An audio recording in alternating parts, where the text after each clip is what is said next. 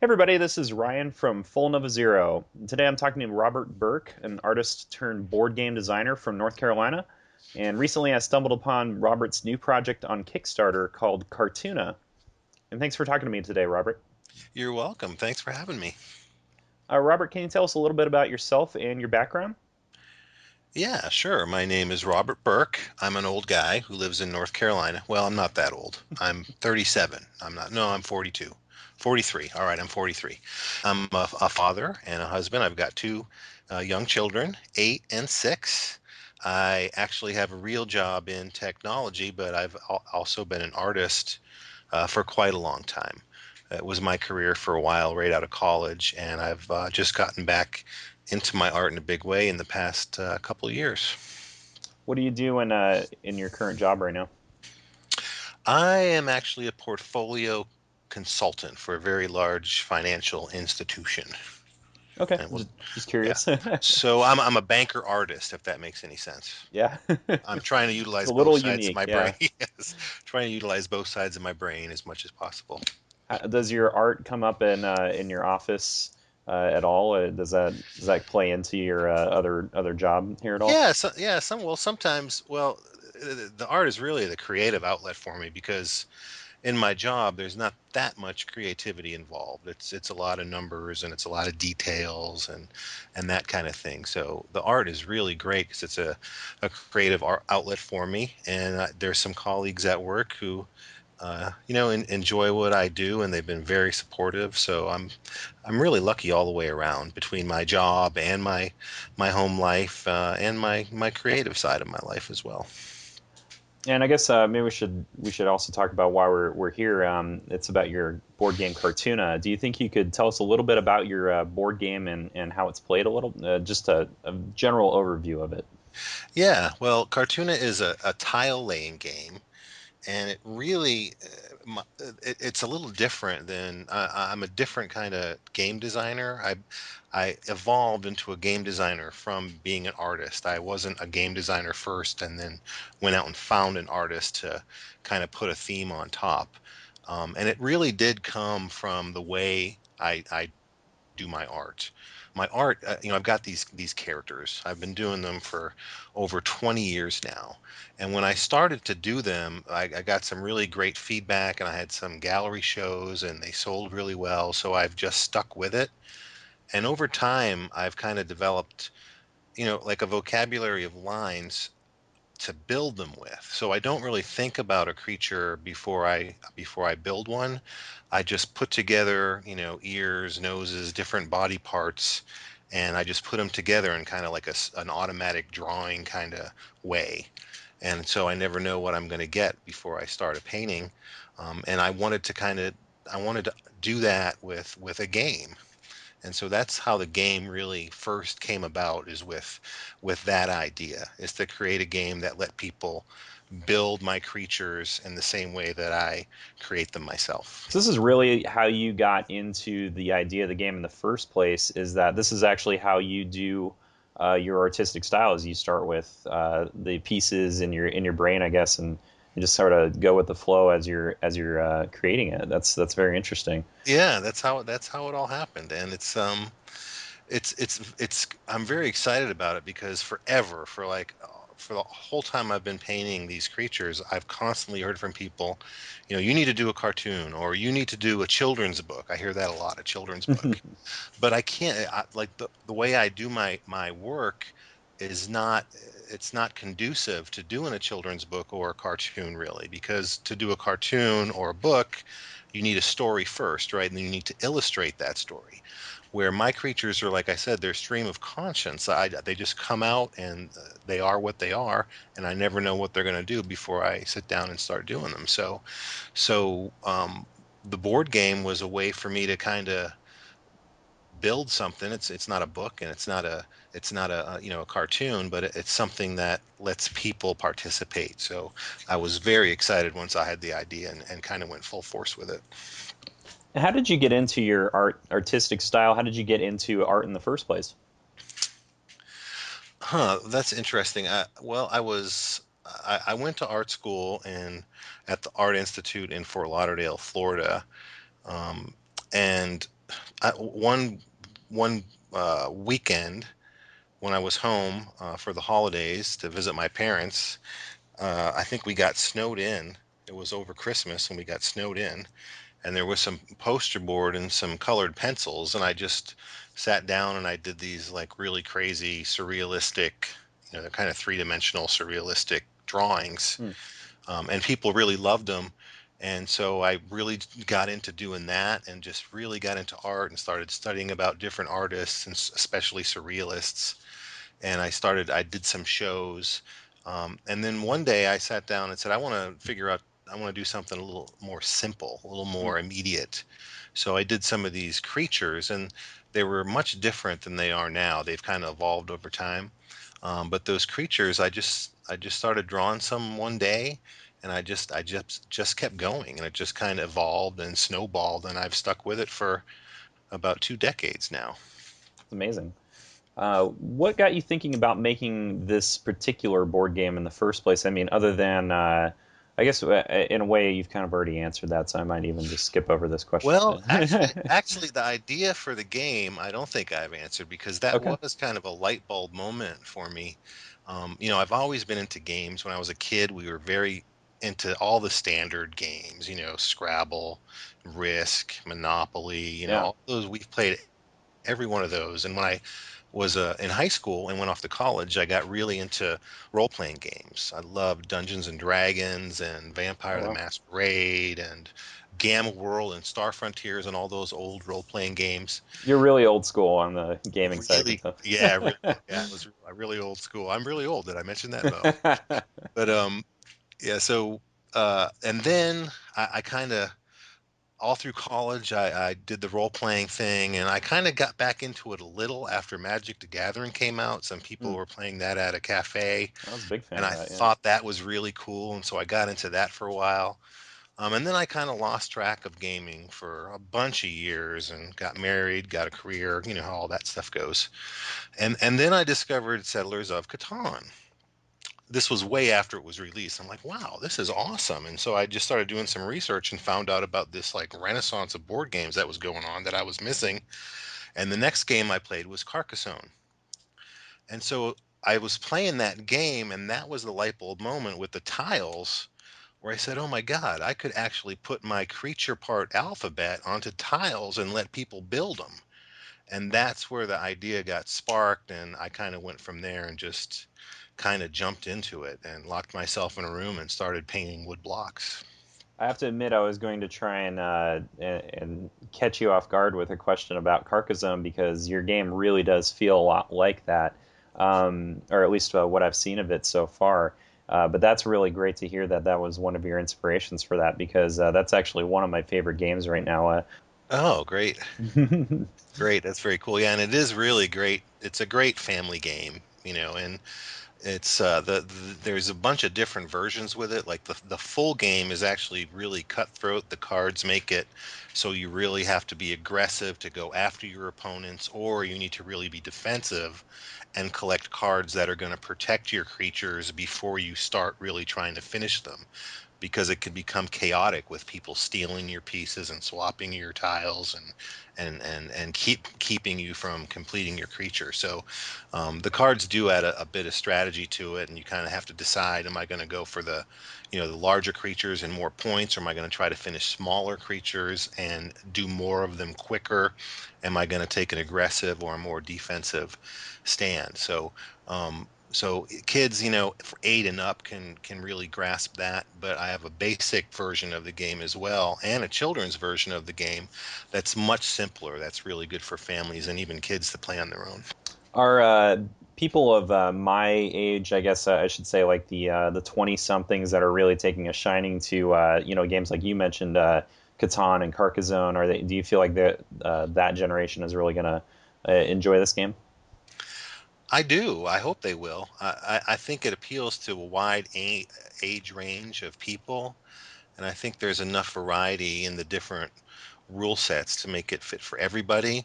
Everybody has their own personal favorite. Like some people like just the basic game where you're just laying tiles and there's no Hmm. cards and you're just trying to figure out how to score the most points and be strategic. While while the full game with the cards is really more, it's a more of a almost a party kind of experience. Hmm. And I see it as a, it's not so much a gamer's game, although I really have this desire, like really deep inside, to say gamers are going to love this game, and Hmm. it's, it's deep, but it's not. It's a kind of a mid-weight game, and it's really, families are going to love it, and if you are a gamer, you're going to enjoy playing it with your non-gamer friends and with your family. I see it more of as like like a gateway game that you can enjoy with people that are, gamers, but more importantly with your family that may not be gamers. That's So good branding. You need that on the box somewhere. The Gateway Gaming. yes, gateway gaming. So that's kind of what, I think it really delivers that. It is fun, and of course, kids love being creative and seeing their own creatures come to life. So it's great to see, especially younger kids, see their eyes light up when they start building creatures. And in the full version, it's kind of fun to see, how quickly adults will turn on each other. Did you have any assistance with the actual the game design part of it? You mentioned that you're not a game designer, by trade. Do you have anybody come in and say like, oh, this is like how you should make the game, or is this all Robert Burke production? Well, I can't say it's all Robert Burke production. I had a lot of help. I mean, we've done a lot of play testing, not just with my family, but I went out to different board game groups and had them play test. And I've got, some people from Board Game Geek have been really great, where I could send them files, print and play files, and they would print it and play it and send me information back on things. So, I did a lot of tweaks based on the feedback that I got from folks, and that was kind of a more difficult process than I thought, especially when you have things where some people say one thing and other groups say another thing, and then you're left kind of to make a decision. Do I want to be more strategic, which takes it out of the reach of, families and non-gamers, or do I want it to be more, you know, for families and non-gamers, which can take it out of the reach of, the hardcore gamers. So sometimes you have to just make those decisions based on how you feel it should be. And right now, the game has a project on Kickstarter. Could you go over some of the benefits that people are going to get from funding your project right now? Yeah, absolutely. Well, the first thing is the get a copy of the game, right? That I guess is the most important thing. If people can, help fund the game with just $3, they'll get it's a 3 by 5 inch art sticker. It's a clear vinyl sticker that you can put, on the back of your car, on your guitar case, or whatever.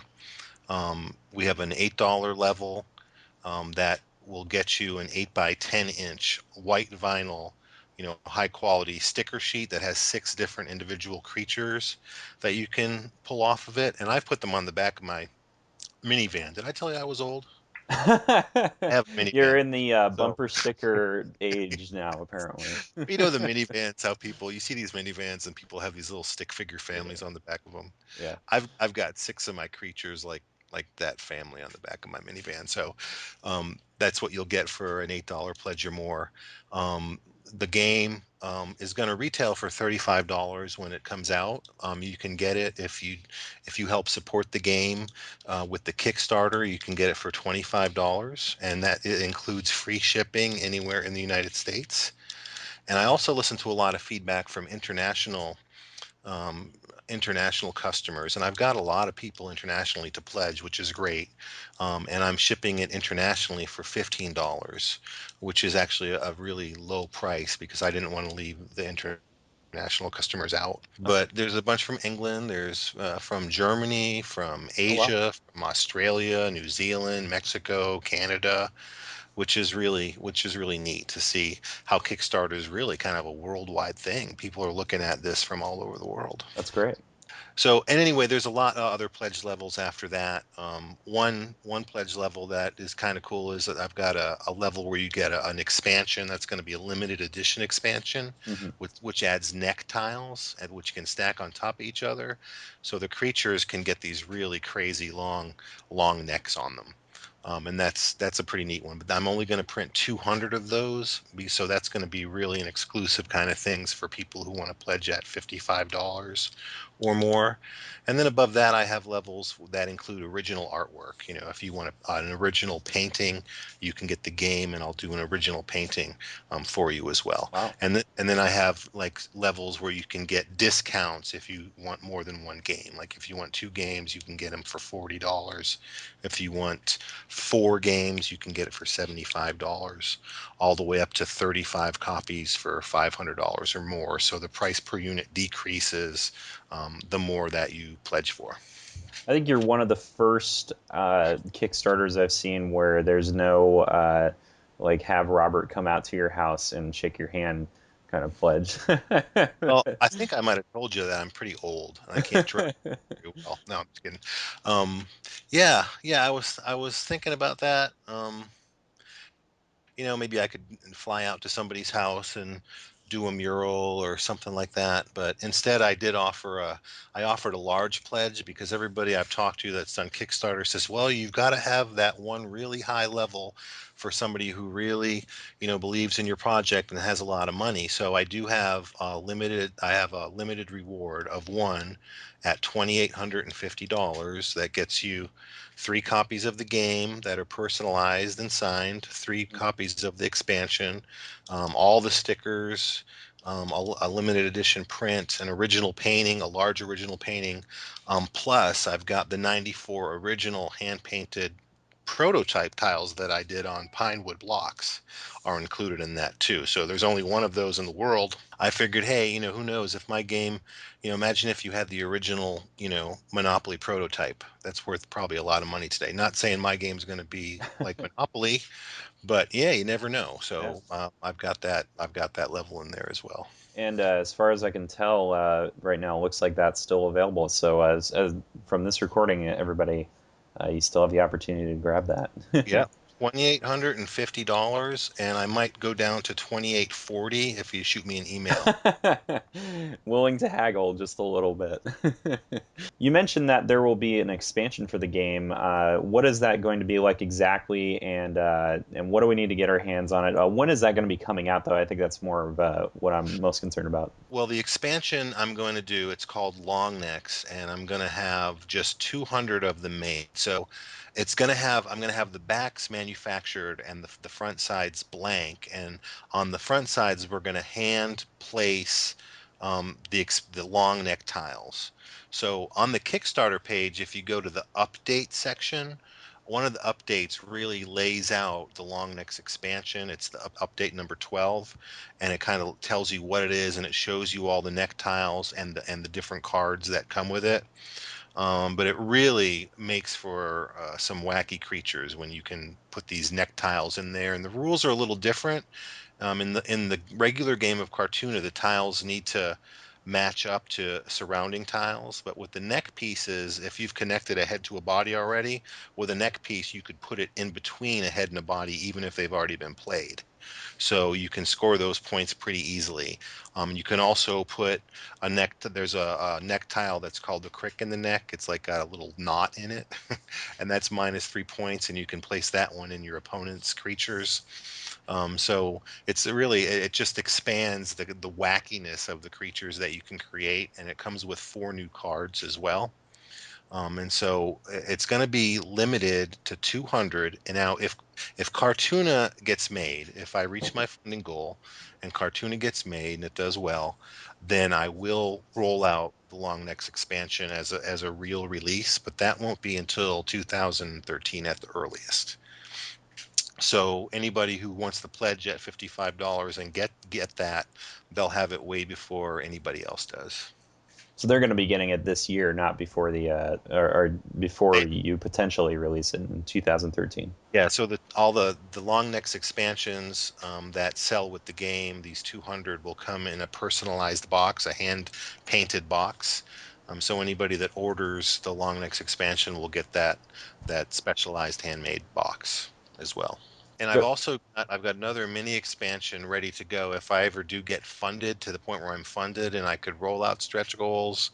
I have one ready to go that I'm hoping to include in all the copies of the game. So, everybody who gets a copy of the game will get, the that mini expansion if I do get to the point, where I can roll out stretch goals. But we're still a ways from that. So is this going to be a secret stretch goal? Not going to reveal that until I won't such a reveal it. time. I will not reveal the stretch goal until I actually, reach the goal to actually make the game. And just for the purpose of my blog, since this is a video game blog, have I mean, as in Robert Burke, ever considered video games, getting into that realm at all, or do you have any interest in that at all?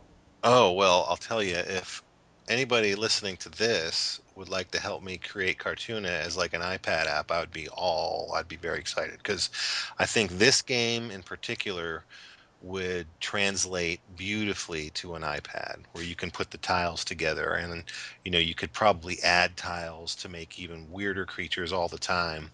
And maybe when a creature is completed, maybe you could come to life and animate and score the points and walk off the screen. I think there's so many opportunities to have a game like this on an iPad that could be used by all ages of people.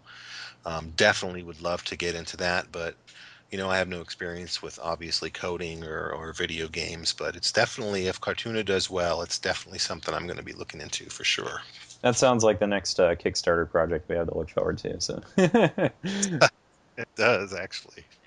I feel, I was just kind of anecdotally saying this, but I feel like we need to get you together with Tim Schafer or Double Fine Studios, since your art style really feels like it fits in with that. I don't know if you've ever played any of their games at all. Yeah, Day of the Tentacle, right? Yeah, yeah, I was pretty hooked on that back. I don't know when that was. When the was that? '80s, I believe. Was it in the late '80s Yeah, probably? Love that game. And yeah, if you could hook me up with him, I'd be, I don't think I can, but anybody, and please do. yeah.